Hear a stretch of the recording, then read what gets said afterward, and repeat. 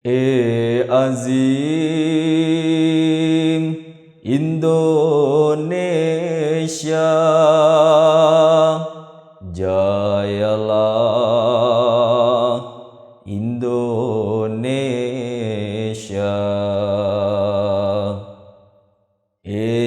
Azim Indonesia,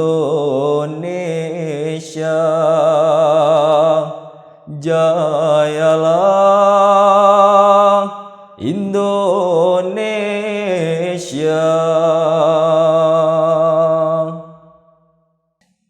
Assalamualaikum warahmatullahi wabarakatuh. Pemirsa dimanapun Anda berada, kembali berjumpa bersama kami dalam program kajian. Kali ini kita akan mengkaji satu tema, yaitu Isra dan Mi'raj Rasulullah SAW. Untuk membahas tema ini, kita tentunya bersama dua narasumber yang tidak asing lagi bersama kita. Yang pertama adalah Bapak Eki Sabandi, dan yang kedua adalah Maulana Lutfi Julian Putra. Assalamualaikum Bapak-Bapak. Terima kasih banyak atas kehadirannya kembali ke studio. Tapi kali ini kita tidak membahas buku Pak ya, tapi kita membahas tentang sebuah tema yang sebetulnya sudah masyhur di kalangan umat Islam, itu tentang Isra dan Mi'raj. Mungkin ke Pak Eki terlebih dahulu, apa itu Pak yang dimaksud dengan Isra dan Mi'raj Rasulullah SAW? Baik, saya kutip peristiwa Isra dalam Al-Quran, surat Bani Israel, surat 17 ayat 2 ya. Bismillahirrahmanirrahim. Subhanallazi asra bi abdihil lailal minal masjidil haram ilal masjidil aqsa.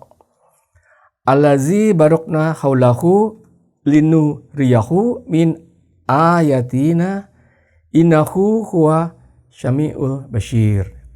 Jadi dalam surat Bani Israel ini Allah Ta'ala mengatakan Maha Suci Allah yang telah memperjalankan hambanya, yaitu Nabi Muhammad SAW, pada waktu malam hari dari Masjidil Haram ke Masjidil Aqsa yang sekelilingnya telah kami berkati supaya kami perlihatkan sebagian dari tanda-tanda kami. Sesungguhnya Dia Maha mendengar, Maha melihat. Jadi peristiwa Isra ini ada beberapa hal ya. Yaitu pertama Allah Ta'ala memperjalankan hambanya Nabi Muhammad SAW yang dilakukan dalam waktu malam hari. Kemudian perjalanan tersebut berawal dari Masjidil Haram Mekah ke Masjidil Aqsa supaya diperlihatkan sebagian tanda-tandanya ya. Nah, yang menjadi pertanyaan lah atau harus perlu dieksplorasi lebih jauh ya. Perjalanan dari Masjidil Haram Mekah ke Masjidil Aqsa itu adanya di mana? Di Yerusalem. Dan begitu. Lalu apa makna Yerusalem? Karena pada kenyataannya itu kadang disamarkan atau di apa ya bahasanya dimaknai dengan Masjidil Aqsa yang ada berdiri sekarang di Yerusalem. Kan begitu. Padahal secara sejarah, secara empiris pada saat itu Nabi Muhammad SAW itu kan Masjidil Aqsa belum berdiri. Iya, belum ada Pak ya. Nah, jadi apa makna Masjidil Aqsa ini? Ya, kalau dalam tafsir Jemaat Ahmadiyah itu adalah disebut masjid yang jauh. Aqsa itu artinya jauh. Jadi bukan berupa bangunan, gitu ya. Satu. Kedua, peristiwa Isra itu terjadi pada menurut yang saya baca dalam tafsir Al-Quran Jemaat Ahmadiyah, ya, tafsir dari Hadrat Khalifatul Masih Sani radhiyallahu anhu, bahwa peristiwa Isra itu terjadi pada tanggal, tentu beliau mengutip hadis-hadis ya, pada tanggal 17 Rabiul Awal tahun 11 Nabawi. Jadi tahun 11 setelah beliau mendakwakan sebagai nabi ya, sebagai nabi. Dan kemudian peristiwa itu terjadi 6 bulan sebelum beliau hijrah. Ini mesti difahami. Jadi beliau pada saat itu ada di Mekah, belum hijrah. 6 bulan kemudian terjadi peristiwa hijrah ke Yathrib ya, atau Madinah begitu kan. Dan kemudian juga peristiwa Isra itu terjadi tidak lama setelah Siti Khadijah radhiyallahu anhu wafat. Ya, terjadi beberapa bulan sebelumnya. Jadi ada 2 peristiwa itu sebelum jadi peristiwa wafatnya Siti Khadijah, bagaimana beliau merasakan kehilangan ya seorang istri yang sangat setia, menemani, mendukung, memberikan mensupport lah. Bagaimana Nabi Muhammad SAW itu pada saat awal-awal dakwah kenabian dibully kan, direndahkan, diboikot, tapi Siti Khadijah tetap mensupport beliau SAW. Karena ketika beliau wafat, beliau merasa sesuatu kehilangan yang sangat besar. Jadi beliau sangat sedih, ya, sangat merasa sedih. Ada istilahnya saya lupa tentang kesedihan, tahun kesedihan itu. Amul huzn. Seperti itu ya, tahun kesedihan kan begitu. Nah kemudian juga itu adalah terjadi 6 bulan kemudian 6 bulan setelah peristiwa Isra ini beliau kemudian hijrah ke Yathrib. Nah, dan satu lagi harus difahami bahwa peristiwa terjadi pada waktu Rasulullah SAW menginap di rumah sepupu beliau, begitu yang disebut dengan Ummi Hani. Ya. Jadi bahasanya pada saat itu beliau ada di situ dan nggak kemana-mana gitu. Pada saat perjalanan itu barangkali. Jadi seperti apa Isra ini nanti kita akan bahas lebih jauh. Baik, mungkin kita akan membahas bagaimananya. Kalau tadi kan sudah dijelaskan kapannya sudah tahun ke-11 kenabian. Bagaimana Pak Lutfi ini terjadi? Karena ada 2 pendapat dalam umat Islam. Ada yang secara jasmani, ada yang secara rohani. Silakan Pak Lutfi.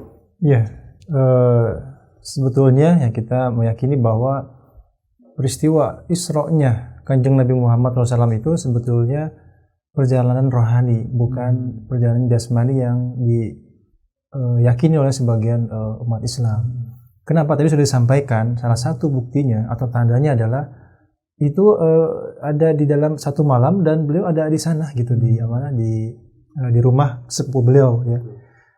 Dan sepupu beliau melihat beliau ada di sana gitu, tidak pergi kemana-mana gitu ke tempat lain gitu, meninggalkan tempat itu. Nah itu salah satu bukti bahwa ini adalah perjalanan rohani. Kemudian juga terkait dengan tadi hijrahnya ke Madinah ya. Ya di sana juga beliau mendirikan masjid ya, Masjid Kubah ya namanya. Dan ini yang dimaksud dengan Aqsa itu jauh. Jadi maksudnya adalah jauh dari Mekah. Nah, itulah yang pertama kali beliau dirikan yakni Masjid Kubah. Nah, kemudian yang berikutnya adalah ke Bukit Tursinah, Pak ya. Nah, yang jauh itu Bukit Tursinah. Dan kenapa pertanyaannya ke Bukit Tursinah begitu kan? Tentu. Nah, bisa dijawab bahwa ini merupakan petunjuk bahwa Nabi Muhammad Rasulullah SAW akan menjadi seorang nabi sebagaimana yang dinubuatkan oleh Nabi Musa alaihissalam. Karena Bukit Tursina kan terkait dengan Nabi Musa alaihissalam. Nah, ini bisa dilihat dalam kitab Bible ya, atau Alkitab. Dalam kitab Ulangan 18 ayat 18 misalnya dikatakan Tuhan akan membangkitkan seorang nabi sepertiku dari antara saudaramu. Maksudnya saudara Bani Israel, ya kan? Yakni siapa lagi kalau bukan Bani Ismail. Dan Rasulullah SAW adalah Bani Ismail. Dan kamu harus taat kepada nabi seperti itu. Nah, lengkapnya kurang lebih demikian. Seorang nabi akan aku bangkitkan bagi mereka dari antara saudara-saudara mereka seperti engkau ini, seperti Nabi Musa. Aku akan menaruh firmanku dalam mulutnya dan dia akan mengatakan kepada mereka segala yang aku perintahkan kepadanya. Jadi seperti engkau ini artinya seperti Nabi Musa. Apa beliau membawa syariat. Artinya nanti beliau akan membawa syariat juga Nabi Muhammad. Kemudian menaruh firmanku dalam mulutnya dan akan mengatakan apapun yang diperintahkan. Nah ini sangat halus dan kalau dilihat lebih dalam sebetulnya tanda ini bisa dilihat dari ayat-ayat Al-Quran yang diawali dengan kata qul, katakanlah. Biasakan kalau misalnya ada pesan dari seseorang, kita kan menggunakan orang ketiga misalnya kan, misalnya sembahlah Allah, bahwa Allah mengatakan sembahlah Allah. Tapi Nabi Muhammad persis seperti ini, dia apapun yang dikatakan oleh Tuhan dikatakan semua. Tuhan mengatakan qul, katakanlah. Katakanlah. Nah ini tanda bukti bahwa sesuai dengan kitab Ulangan 18 ayat 18 sampai 20. Nah, selanjutnya orang yang tidak mendengar segala firman-Ku yang akan diucapkan oleh nabi itu demi nama-Ku, daripadanya akan Aku tuntut pertanggungjawaban. Tetapi seorang nabi yang memperlakukan dirinya dengan sombong, seorang nabi yang memperlakukan dirinya dengan sombong dan mengatakan firman dengan nama-Ku yang tiada Aku suruhkan, atau yang berkata dengan nama Tuhan lain, niscaya orang itu harus mati dibunuh. Ini ya sama dengan Al-Quran surah Al-Haqqah ya, barang siapa yang mengada-ngadakan dusta atas perkataan Kami, pada dibukan, maka Tuhan akan menghukum. Nah, ini sekilas tentang Bukit Tursina. Pak Eki, silakan, ada yang sampai tambahkan, silakan. Ya, ini kita baru membahas Isra. Isra. Ya. Memang Isra itu kan banyak riwayat-riwayat dalam hadis ya. Banyak riwayat-riwayat yang diceritakan dalam hadis tentang Isra. Kan begitu. Kemudian juga bergandeng dengan riwayat-riwayat tentang Mi'raj. Ini akan berbaur, akan bercampur, mengaduk gitu loh. Ya kan, seperti halnya seolah ini satu kejadian, dua kejadian dalam satu malam, kan begitu. Tapi saya fokus dulu pada Isra ya. Isra itu adalah tahun 11 Nabawi. Kan begitu. Dikatakan bahwa kejadiannya itu rentang waktunya beda dengan Mi'raj, kan seperti itu. Dan beliau pada saat kejadian Isra itu ada di rumah sepupu beliau Ummi Hani sallallahu alaihi wasallam, kan begitu. Dalam hadis dikatakan ke Yerusalem menggunakan borak begitu, berupa kuda berkepala wanita, dan bagaimana banyak diilustrasikan seperti itu. Kan sebetulnya manifestasi maksud saya itu perlu diterjemahkan lebih jauh. Borak itu kan artinya kan kilat. Barkun. Ya, barkun kan begitu. Kita dulu ada pesawat namanya borak juga kan. Burok gitu kan. Ya, kan kilat. Dan semua tuh yang menyangkut spiritual tadi, pengetahuan ini kan tuh secepat kilat sesungguhnya kan. Itu seolah-olah kejadian tuh panjang banget, padahal tuh secepat kilat kan begitu. Jadi peristiwa kasyaf lah ya yang dialami oleh Nabi Muhammad SAW. Banyak sebetulnya riwayat-riwayat seperti itu ya. Kalau kita gali lebih jauh nih. Jadi intinya beliau dalam peristiwa Isra itu beliau ke Yerusalem bukan secara fisik. Ya kan, beliau ke sana ke Baitul Maqdis ya. Kemudian katakanlah ke Sidratul Muntaha itu di mana? Apakah beliau secara fisik ke langit? Kemudian juga dinarasikan beliau ketemu dengan beberapa nabi dari langit ke-1, langit kedua tuh demikian ya dalam riwayat yang kemudian dinarasikan ya kan. Kemudian ada oleh tanda kutip peristiwa kewajiban salat kan, dari 50 rakaat diturunkan lagi 45 dan sebagainya kan begitu. Atas saran nabi-nabi terdahulu ya kan. Dan ini kan perlu disimak lebih jauh. Masa ketika Allah Ta'ala perintah ke-50 Nabi Muhammad lebih mendengar pendapat para nabi, turunkan umatmu gak akan cukup, gak akan mampu. Minta lagi keringanan pada Allah Ta'ala, saya kira itu hal yang tidak. Nabi Muhammad apa diminta Allah Ta'ala, beliau akan taat kan. Lagi pula mana yang lebih mulia kan Nabi Muhammad SAW. Loh kok dinasihatin sama para nabi-nabi yang katakan darajahnya itu lebih turun lah, direndahkan seperti itu. Jadi itu perlu dikaji sebetulnya. Dan kemudian perintah salat itu kan sebelum peristiwa Mi'raj Isra ini kan salat sudah dilakukan pada salat itu. Itu dalam surat Al-Baqarah, itu kalau saya nggak salah itu pada tahun kedua kenabian perintah sholat itu sudah ada kan begitu. Jadi ini hal yang perlu dikaji lebih jauh, makanya dalam hal ini Hazrat Masih Maud alaihissalam dan Khalifah juga mengatakan bahwa ini peristiwa kasyaf kok, bukan peristiwa fisik. Tidak ada fisik peristiwa yang bisa terjadi seperti ini ya gitu. Karena kalau secara ilmiah pun bagaimana bisa ketika lepas dari gravitasi bumi ke langit kemana kan kita nggak paham juga. Langit 1, 2, 3 itu semua mutasyabihat kan begitu. Jadi ini adalah peristiwa, ditekankan bahwa ini adalah peristiwa kasyaf. Ketika beliau dan setiap kasyaf yang beliau terima itu ada makna-makna. Ada makna-makna yang beliau ada hikmah gitu. Ya, itu peristiwa Isra ya. Jadi peristiwa Isra itu sesungguhnya itu adalah menghibur kesedihan itu. Ya. Dan kemudian juga menghibur beliau, udahlah Mekah ini sudah begitu kumuh, sudah begitu gaduh, sudah begitu riuh, hijrah saja ke tempat yang lebih menenangkan, lebih damai dan membentuk suatu masyarakat lain. Akhirnya beliau kan diperintahkan hijrah ke Madinah. Nah, inilah peristiwa yang memperjalankan dari Masjidil Haram ke Masjidil Aqsa. Maksudnya ke situ, maksudnya hijrah. Dan di situ tadi Pak Lutfi katakan membangun masjid jauh. Masjid pertama yang dibangun kan Masjid Quba. Kita lihat ya riwayatnya ketika Nabi Muhammad SAW memakai unta, kan, di mana unta itu istirahat. Nah, kemudian di situ beliau dirikan masjid. Gitu. Itu barangkali tentang Isra. Pak Lutfi ingin menambahkan silakan. Ya, ingin menambahkan bahwa tadi sebagaimana disampaikan bahwa ini peristiwa kasaf harus diketahui karena memang umat Islam meyakini sebagian adalah fisik tadi. Iya, betul. Kemudian yang kedua adalah ini peristiwa yang terpisah. Buktinya adalah bahwa peristiwa Mi'raj itu dijelaskan di Suratul Najm. Dan tadi sudah dijelaskan di awal bahwa Isra itu tanggal 11 tahun 11 Nabawi. Sedangkan surah Najm itu sekitar tahun ke-5. Sehingga ini terpisah, Pak. Oleh karena kita harus jangan sampai tercampur antara peristiwa Isra dan Mi'raj yang sebagaimana kita sudah sering lihat bahwa Isra Mi'raj, makanya kita sering menyebut Mi'raj Isra itu ya. terbalik karena sebetulnya Mi'raj dahulu baru Isra begitu. Nah, kemudian juga sejarah hijrah itu adalah sejarah memang para utusan Tuhan ya, tidak asing lagi begitu. Dan kita pun juga melihat bagaimana Jemaat Ahmadiyah kan hijrah dari Kadian, kemudian ke Rabuah, kemudian sekarang kan Khalifah ke mana? Ke London. Jadi dan setelah hijrah biasanya ada kebaikan-kebaikan atau hikmah tadi di balik itu yang sangat besar. Jadi terkait dengan ayat ini demikianlah adanya. Nah, kemudian terkait dengan Mi'raj ya.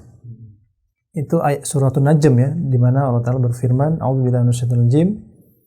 Wa huwa bil ufuqil a'la tsumma dana fatadalla fakana qaba qausaini aw adna fa auha ila 'abdihi ma auha ma kadzdzaba al fuadu ma ra'a. Nah, jadi di sini yang menarik Pak Gumai, Mi'raj itu artinya kan naik ya. Makanya ada kata as-sholatu mi'rajul mu'min, bahwa sholat itu adalah tangganya orang mukmin. Nah, kita kan tahu, meyakini bahwa tangga ini bukan berarti fisik. Nah, ini yang kadang-kadang terkecoh gitu. Maksudnya membuat orang jadi salah paham sehingga kita naik itu naik secara fisik padahal tidak. Buktinya adalah ada ayat ma kadzdzabal fuadu ma ra'a. Hati tidak mendustakan apa yang dilihat. Jadi yang dilihat hati yang melihat, bukan fuad jasmani, fuad itu hati. Ya. Nah, jadi ini bukti bahwa sekali lagi peristiwa baik Mi'raj ataupun Isra adalah peristiwa rohani atau kasaf, bukan peristiwa jasmani. Jadi Pak Eki, kita sudah mulai membahas Mi'raj sekarang Pak ya. Mi'raj, ya. Silakan Pak Eki, menyampaikan apa? Ya, Mi'raj itu terjadi tidak lama setelah hijrah pertama. Ya, dari Mekah ke Abyssinia ya, ke Ethiopia kan begitu. Jadi ini masih di Mekah peristiwa Mi'raj ini kan begitu. Kemudian juga Mi'raj ini menandakan bagaimana kedudukan makam dari kerohanian Rasulullah SAW bertambah tinggi ya, bertambah tinggi. Bagaimana dikatakan dalam surat itu bagai seutas busur panah yang kemudian ditarik, semakin dekat semakin didekatkan, demikian itu dibahasakan seperti itu ya. Dan kalau digali itu lebih jauh akan banyak lagi lah ceramah ini, bisa memakan waktu banyak ya. Tapi intinya menandakan bahwa sedemikian rupa ketinggian spiritual, ketinggian rohani makam dari Rasulullah SAW dengan Allah Ta'ala. Semakin jauh, semakin dekat kan seperti itu. Nah, dan Mi'raj ini juga kan terjadi pada nabi-nabi, ya kan? Ketika dalam Nabi Musa misalkan dikatakan beliau terbakar, Bukit Tur Sina itu terbakar karena Yahweh hadir begitu, ya. Itu kan dan kemudian Musa alaihissalam pingsan begitu, ya kan? Itu kan sebetulnya Mi'raj juga. Fana, terbakar, fana. Kalau dalam konteks kita barangkali fana filah ya. Fana filah. Kan begitu. Itu kan Mi'raj juga. Dan setiap orang-orang suci pilihan Allah Ta'ala pasti mengalami Mi'raj seperti itu. Tentu dalam tingkatan yang berbeda dengan tingkatan Nabi Muhammad SAW. Masya Allah. Pak Lutfi, mungkin ada fakta lain mungkin yang disampaikan terkait Mi'raj, Pak Lutfi. Ini menarik sekali pembahasannya, Masya Allah. Ya, yang fakta lain adalah yang pertama adalah Al-Quran menguraikan kejadian Mi'raj dalam surah An-Najm sedikit pun tidak menyinggung masalah Isra. Sebaliknya, ya begitu juga masalah Isra dalam surah Bani Israil atau surah Isra juga sama sekali tidak menyinggung masalah Mi'raj. Ini fakta yang harus kita ketahui ya, bahwa jelas terpisah.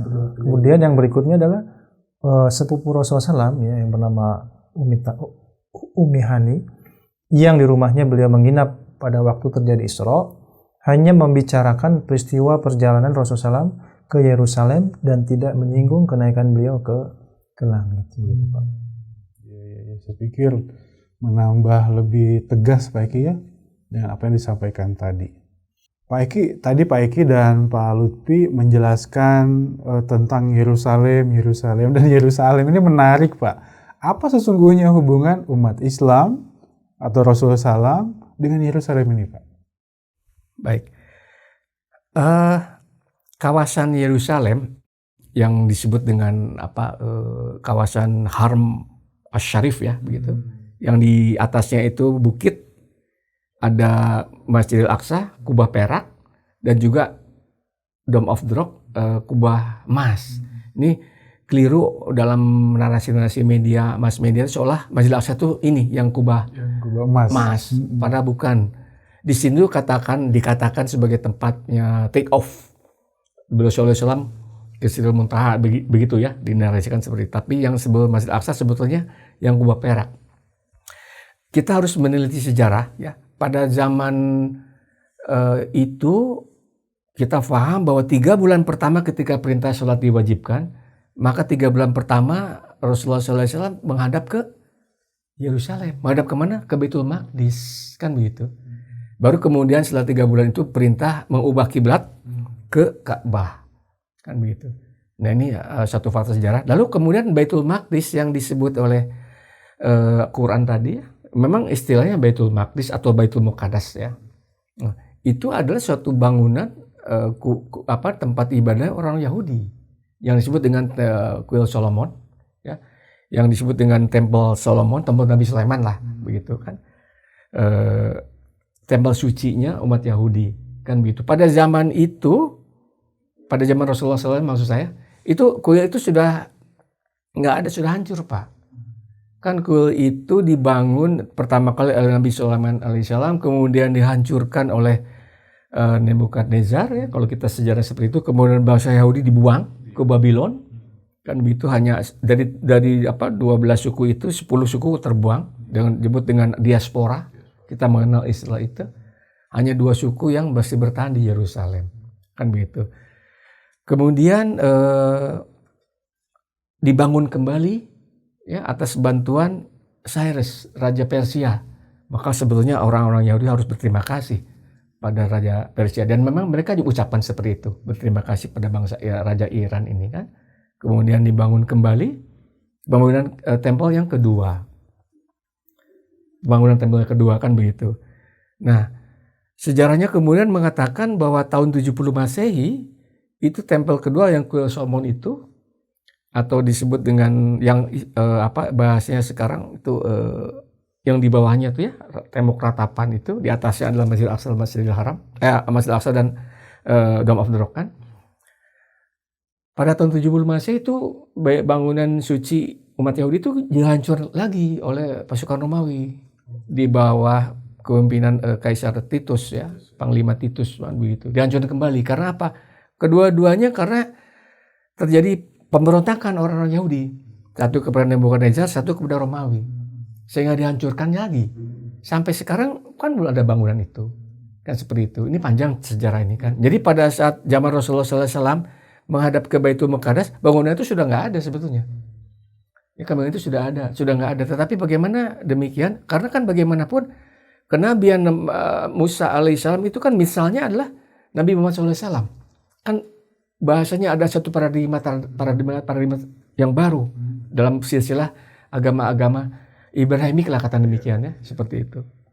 Nah, itulah yang menjadi kemudian ada suatu keterkaitan sebagai suatu keterkaitan dengan Yerusalem. Nah, masalahnya adalah ketika Yerusalem itu ditaklukkan pada zaman Khalifah Umar, ya setelah Rasulullah SAW wafat kan. Nah, sejarah mengatakan mencatat bahwa Khalifah Umar itu ketika diberikan kunci kota, kan begini Pak, sejarah dulu itu ketika ditaklukkan satu daerah, maka pemimpin atau raja atau apapun memberikan kunci kota, bahwa ini sekarang milik Anda dan kami tolong dilindungi, kan begitu.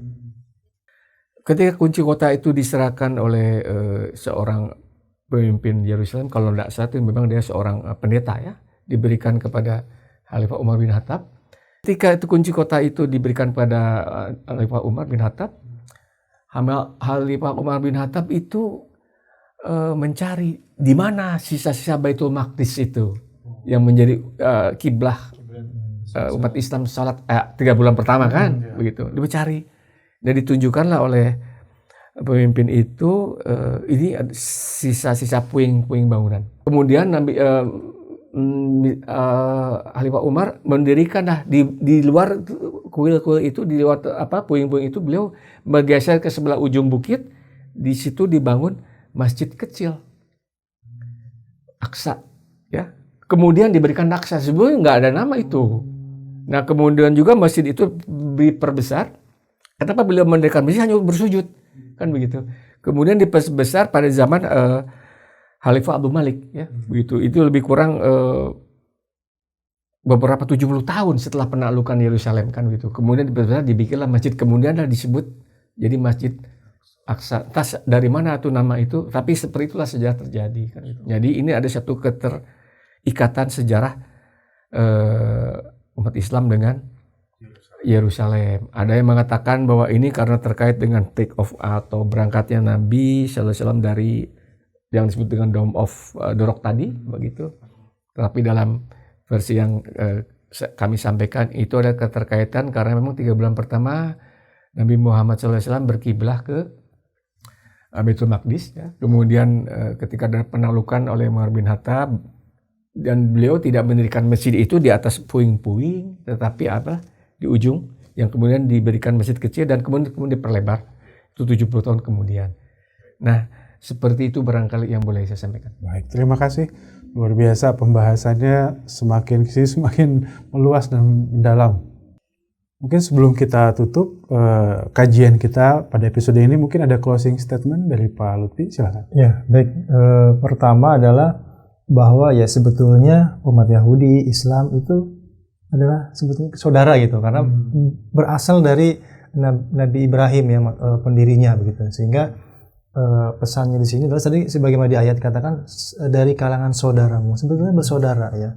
Kemudian yang berikutnya adalah bagaimana sholat ini mi'rajul mukmin yang tadi disampaikan, untuk meraih kedekatan Allah Subhanahu Wa Taala maka beribadahlah terutama ya.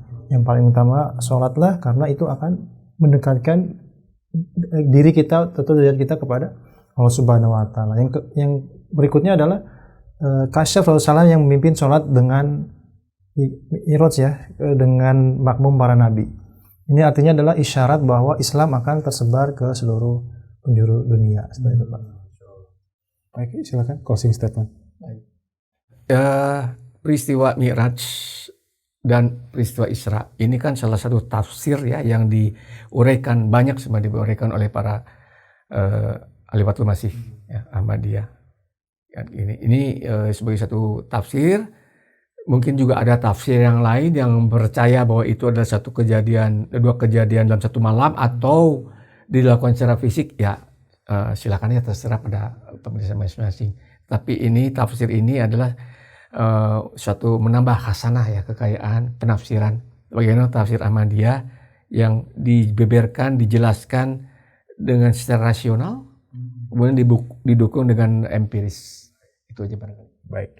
Terima kasih Pak Eki, Pak Lutfi atas kajiannya pada episode ini, sangat menarik, mudah-mudahan menambah wawasan dan ilmu bagi tentunya para penonton kita. Mudah-mudahan kita dapat berjumpa dalam episode yang akan datang. Terima kasih. Pemirsa dimanapun Anda berada, demikianlah kajian kita pada episode ini tentang Mi'raj wal Isra. Sungguh sangat banyak ilmu yang tadi disampaikan oleh para narasumber, tentunya mudah-mudahan dapat memberikan manfaat untuk kita sekalian. Mudah-mudahan kita dapat berjumpa juga dalam episode yang akan datang, dan terima kasih atas segenap atensi dan perhatiannya. Wa akhiru dawana alhamdulillahirabbil alamin.